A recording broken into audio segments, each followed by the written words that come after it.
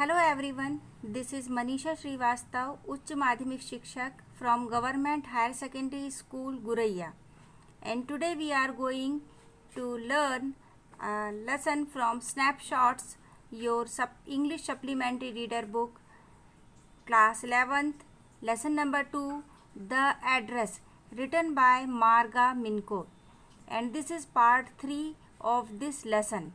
Here you are seeing cover page of your supplementary reader book Snapshots, and this blue book currently runs in MP board school, and this yellow one book currently runs in CBSE board school. Both the book are prescribed by NCERT. We have learned the story of The Address written by Marga Minko in our previous videos. तो हमारे पिछले 2 videos में हमने part 1 part 2 में the address story का कहानी पूरी तरह से समझ लिए थे. अब हमारे पास समय है इस कहानी के टेक्स्ट बुक एक्सरसाइज करने की. तो टेक्स्ट बुक जो एक्सरसाइज है वो रीडिंग विथ इनसाइट टॉपिक के अंतर्गत दी गई है. चलो हम करते हैं इसके क्वेश्चंस एंड आंसर्स. पहला क्वेश्चन कहता है, have you come back said the woman. I thought that no one had come back. Does this statement give some clue about the story. If yes, what is it. Have you come back said the woman. महिला ने कहा, क्या तुम वापस आ गई. I thought that no one had come back. मैंने सोचा कि कोई भी वापस नहीं आया है. इस स्टेटमेंट से आपको स्टोरी में क्या क्लू यानी क्या क्लू समझ में आता है, क्या जानकारी मिलती है. यदि कोई क्लू या कोई जानकारी मिलती है, यदि आप हाँ कहते हैं तो वो जानकारी क्या है. आंसर शुरू करते हैं. The coated statement indicates that the two families knew each other. जो कोट किया गया स्टेटमेंट दिया गया था वो ये बताता है, इंडिकेट करता है यानी बताता है कि दोनों परिवार एक दूसरे को जानते थे. When the war was going on, some people left their homes to take refuge to distant lands.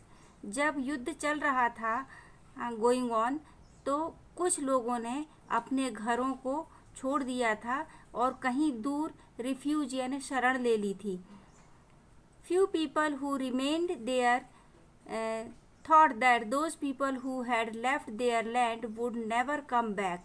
जो कुछ बचे लोग थे वहाँ पे, remained यानी वहीं रह गए थे, तो उन लोगों ने ये सोचा कि जो लोग रिफ्यूज ले चुके हैं वो कभी वापस नहीं लौटेंगे. That is what the woman feels surprised to see some of them returning back. यही कारण है कि उस महिला को आश्चर्य महसूस हुआ जब उसने ये देखा कि कुछ लोग वापस आ गए हैं. Usually people care more of material things than for human beings. सामान्यतः कुछ लोग मटेरियल थिंग्स यानी भौतिक चीज़ों को ज़्यादा महत्व देते हैं बजाय इंसानों के. But it can not be said of all human beings. पर यह बात सभी मनुष्यों के ऊपर लागू नहीं होती है. The narrator and her mother were totally different in their nature. जो लेखिका हैं और उनकी माँ हैं वो इस स्वभाव के बिल्कुल विपरीत हैं. Thus, the given statement gives some clue about the story. और इस तरीके से ये जो स्टेटमेंट दिया गया है ये कहानी से संबंधित कुछ क्लू या जानकारी हमें देता है.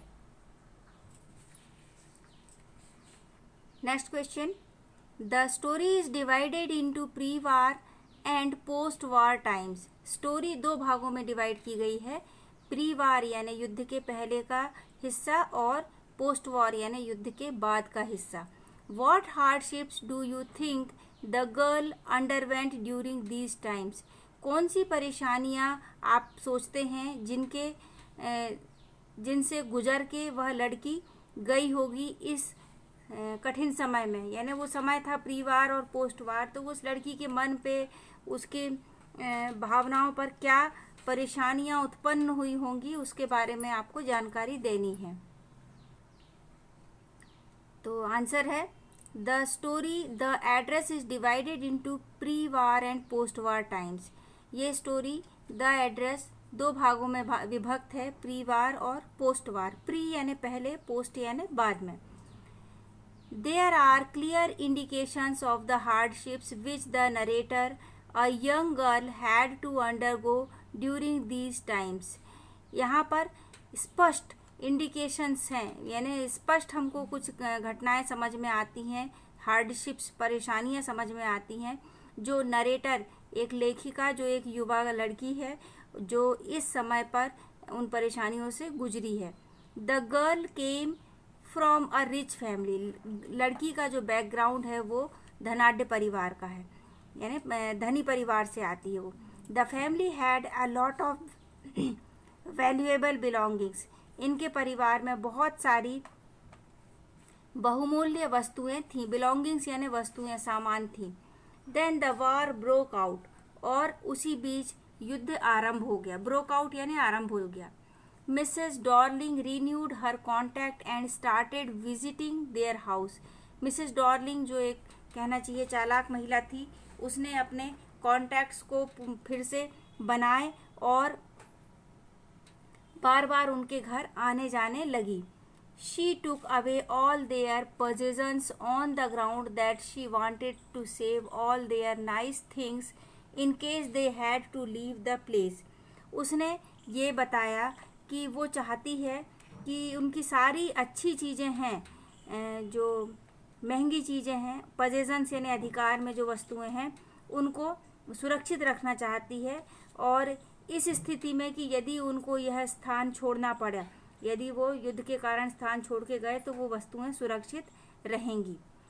After the war was over. जब युद्ध पूरा हो गया, थिंग्स बिकेम ऑलमोस्ट नॉर्मल। जब हर चीज़ लगभग सामान्य हो गई। Now the girl was living all alone in a rented house. जब सामान्य हो गई परिस्थितियाँ तो लड़की एकदम अकेली एक किराए के मकान पर रहती है। She wanted to meet Mrs Dorling and ask for the valuables.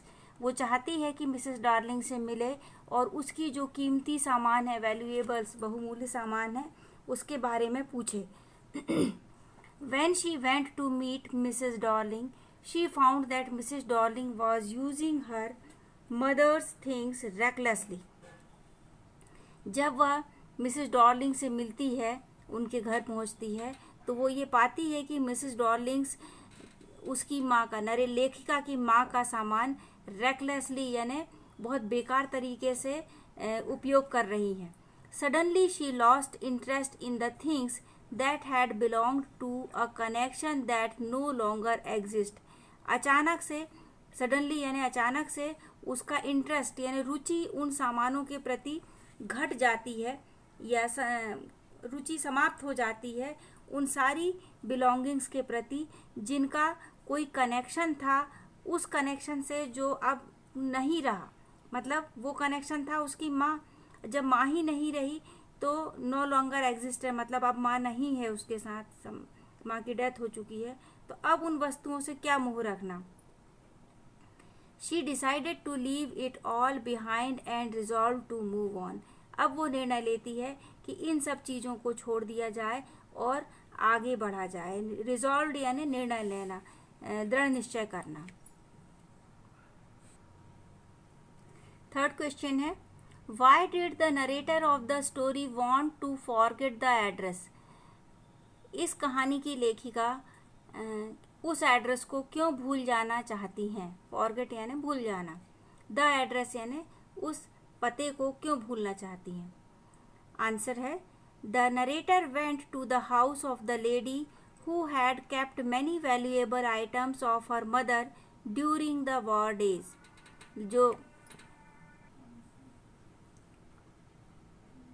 जो लेखिका रहती है वह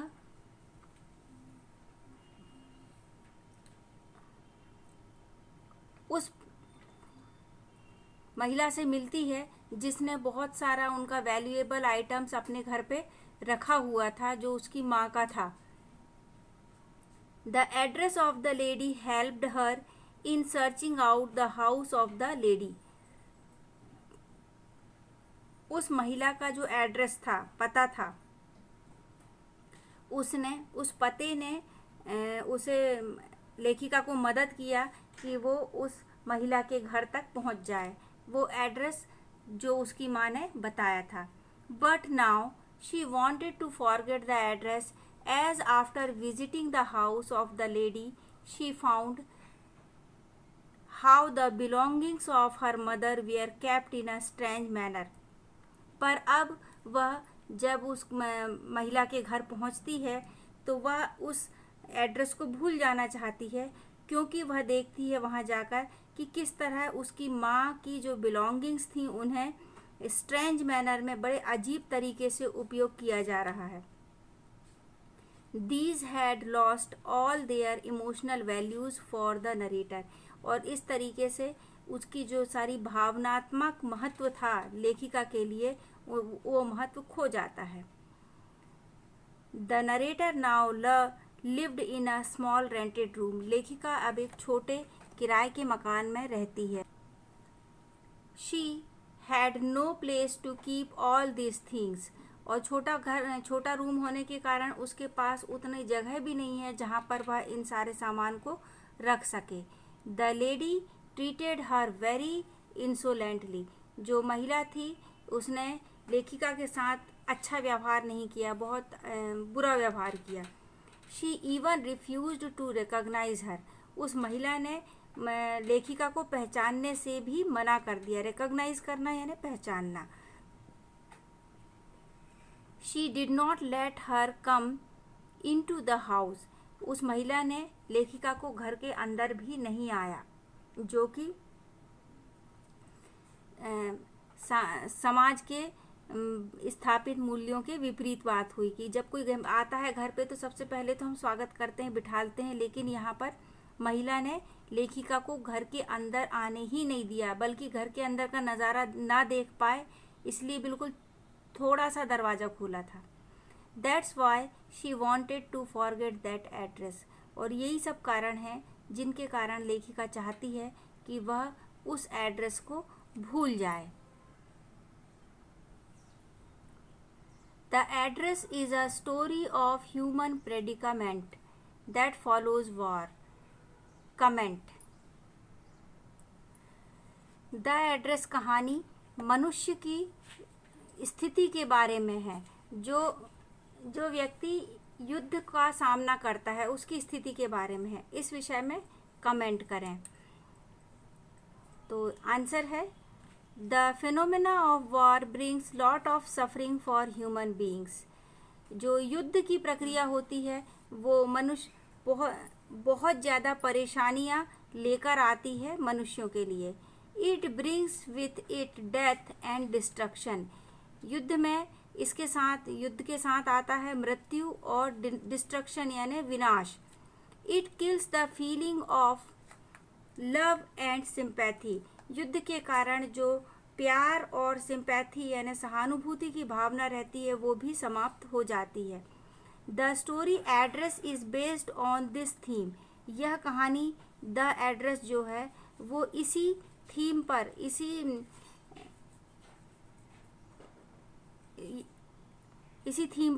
बेस्ड है, इसी थीम पर आधारित है। The narrator's mother leaves all her valuable things with an acquaintance during the war। लेखिका की माँ अपनी सारी कीमती चीज़ें अपने एक परिचित के पास छोड़ देती हैं युद्ध के दौरान।